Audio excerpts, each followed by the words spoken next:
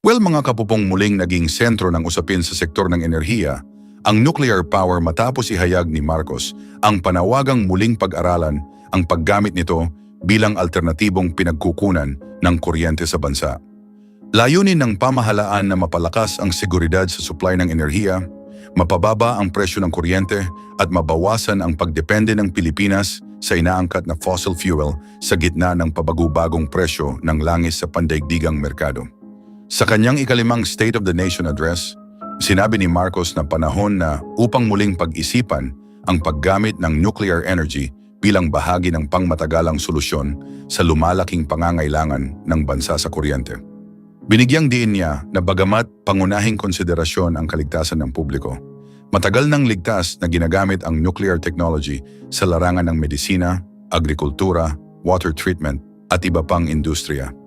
Aniya, maaari na rin itong maging maaasahang pinagkukunan ng malinis at tuloy-tuloy na supply ng elektrisidad. Kasunod ng pahayag ng Pangulo, kinumpirma ng Department of Energy na nagsasagawa ito ng pagsusuri sa ilang lugar na posibleng pagtayuan ng mga nuclear power plant. Kabilang sa mga pinag-aaralan ng Bataan, Batangas, Cavite at General Santos City. Sinusuri ang mga ito batay sa mga pamantayan tulad ng katatagan ng lupa, panganib sa kalikasan, supply ng tubig para sa operasyon ng planta, koneksyon sa power grid at distansya sa mga komunidad. Iginiit ng Department of Energy na wala pang pinal na napipiling lokasyon at daraan pa ang anumang proyekto sa masusing pag-aaral, regulasyon at konsultasyon sa publiko. Patuloy ding isinasama sa mga opsyon ng Bataan Nuclear Power Plant, ang kauna-unahang nuclear facility ng bansa na natapos noong panahon ng administrasyon ni dating Pangulong Ferdinand Marcos Sr. Gayunman, hindi ito kailanman pinatakbo matapos ang aksidenteng nuklear sa Chernobyl noong 1986 at dahil na rin sa mga isyu sa kaligtasan at aligasyon ng katiwalian sa pagtatayo nito. Samantala, mga kapupong, iminungkahi ni Pangasinan 2nd District Representative Mark Cojuangco ang Panay Island bilang isa pang posibleng lokasyon ng isang nuclear power plant. Ayon sa kanya, ang estratehikong lokasyon ng Panay sa Western Visayas, kasabay ng patuloy na paglago ng ekonomiya at pagtaas ng demand sa kuryente, ay ginagawa itong angkop na lugar para sa isang pasilidad na makapagbibigay ng matatag at mas murang supply ng kuryente.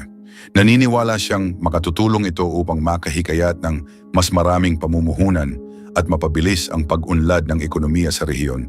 Pero mga kapupong, muling umusbong ang mga pangamba ng ilang environmental groups at eksperto hinggil sa kaligtasan ng nuclear power. Lalo na dahil kabilang ang Pilipinas sa mga bansang madalas tamaan ng lindol, pagputok ng bulkan at malalakas na bagyo. Iginiit nila na kinakailangan ang mahigpit na regulasyon, malinaw na pamamahala at pagsunod sa pandaigdigang pamantayan sa kaligtasan bago ipatupad ang anumang proyekto. Bilang tugon, tiniyak ng pamahalaan na walang itatayong nuclear power plant hanggat hindi nito natutugunan ang lahat ng teknikal, pangkapaligiran at pangkaligtasang rekisito. Habang nagpapatuloy ang pagsusuri sa mga posibleng lokasyon, muling nabibigyang pansin ang papel ng nuclear energy bilang isa sa mga pangmatagalang solusyon sa lumalaking pangangailangan ng bansa sa enerhiya. Sa muling pagbuhay sa usapin ng Bataan Nuclear Power Plant at sa pag-aaral ng mga bagong lugar tulad ng Panay Island, layunin ng pamahalaan na makamit ang mas ligtas, matatag at abot-kayang supply ng kuryente para sa mga Pilipino. Pero ang tanong ko sa inyo mga kapupong payag ba kayo dito sa nuclear power plant? Well, okay lang ba na i-comment nyo ang inyong sagot sa comment section? Well, mga kapupong, pinalawak ng Ukraine ang saklaw ng opensiba nito laban sa Russia matapos itong magsagawa ng malalayo ang pag-atake gamit ang mga drone sa mahahalagang pasilidad at rutang nagsusupply ng kagamitang militar ng Russia. Sa isa sa pinakamalalaking operasyon nito sa kasalukuyang digmaan, tinarget ng Ukraine ang mga sasakyang pandagat sa Dagat Caspian na pinaniniwala ang nagdadala ng kagamitang militar mula sa Iran patungong Russia. Kabilang din sa mga target ang isang Russian missile boat at iba pang infrastrukturang sumusuporta sa kampanya ng Kremlin. Ipinakikita ng hakbang na ito ang lumalawak na kakayahan ng Kyiv na tamaan ang mga estratehikong target na dati itinuturing na ligtas. Habang lalo ring nag-uugnay ang digmaan sa Ukraine sa mga tensyon sa gitnang silangan.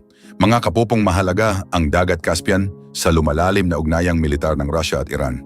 Mula nang simula ng Russia ang malawakang pananakop sa Ukraine noong 2022, naging isa ang Iran sa pangunahing katuwang nito sa pagbibigay ng libu-libong Shahed drones at iba pang kagamitang militar. Ang mga drone na ito ay malawakang ginagamit ng Russia sa pag-atake sa mga lungsod, planta ng kuryente, at iba pang kritikal na infrastruktura ng Ukraine.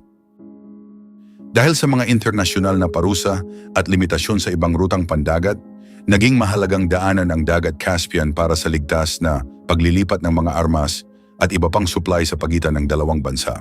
Sa halip mga kapupong na tumuon lamang sa mga labanan sa mismong frontline, pinili ng Ukraine na atakihin ang mismong daluyan ng supply ng Russia.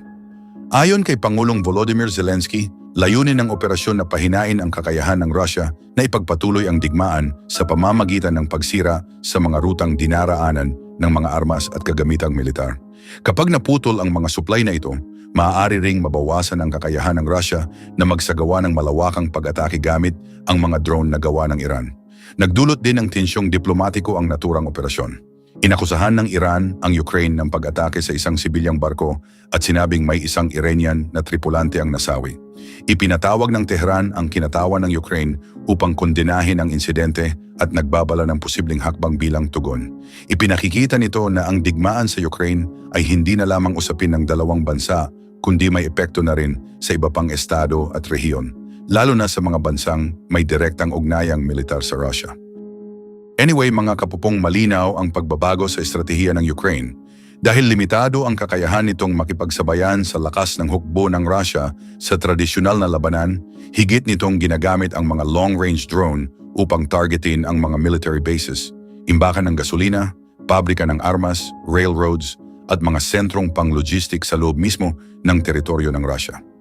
Layunin nitong pahinain ang kakayahan ng Russia na ipagpatuloy ang operasyon nito sa halip na umasa lamang sa direktang sagupaan sa mga frontline. Isa sa mga pinakakapansin-pansing halimbawa nito, mga kapupong, ang malawakang drone attack sa rehiyon ng St. Petersburg. Ayon sa mga autoridad ng Russia, isa ito sa pinakamalaking pag-ataking naranasan ng lungsod mula nang magsimula ang digmaan. Bagamat naagapan ng air defense system ang ilan sa mga drone, nagdulot pa rin ang insidente ng pansamantalang pagkaantala sa transportasyon at iba pang serbisyo.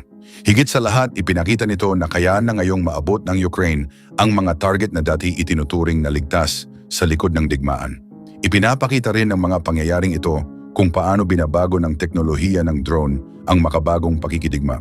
Sa halip na gumamit ng mamahaling eroplano o missile, nagagamit ng Ukraine ang mas murang drone upang tamaan ang mahahalagang infrastruktura at putulin ang mga supply chain ng kalaban. Dahil dito, napipilitang maglaan ang Russia ng mas maraming air defense system at iba pang yaman upang protektahan ang malawak nitong teritoryo at mga estratehikong pasilidad. Kasabay ng mga pag-ataking ito, mga kapupong, lalong lumalalim ang ugnayang militar ng Russia at Iran. Bukod sa pagbibigay ng mga drone, lumawak na rin ang kanilang kooperasyon sa teknolohiya, produksyon ng mga armas, at iba pang usaping pansiguridad. Dahil dito, itinuturing ngayon ng Ukraine na mahalagang target ang mga rutang ginagamit ng Iran sa pagsuporta sa Russia at sa pagpapatuloy ng kampanya nito sa digmaan.